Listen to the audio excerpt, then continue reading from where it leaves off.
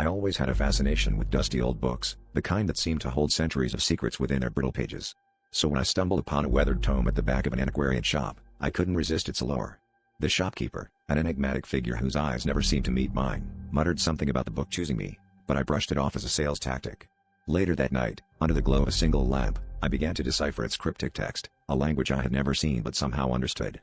The words flowed like a haunting melody, and it wasn't long before I realized they were narrating my life, unfolding moment by moment. At first, it was small things, descriptions of mundane events, insignificant details of my day. I found it amusing, even thrilling, to see my actions reflected on the pages as if the book were a mirror to my soul. But as I read on, the narrative took a darker turn, detailing events that hadn't yet occurred. The book spoke of shadows lurking at the corners of my vision, whispers echoing in empty halls, and a creeping sense of dread that seemed to seep from the pages into my bones.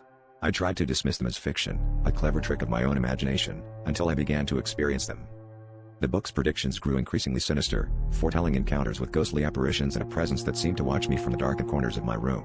Each prediction came true with chilling accuracy, and I found myself trapped in a story I couldn't escape, a character in a tale penned by some malevolent force.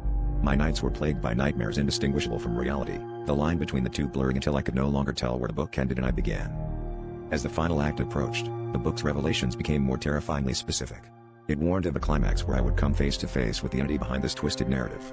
Desperation clawed at me, but I couldn't stop reading, compelled by a force beyond comprehension. In the dead of night, the book declared that tonight would be the end.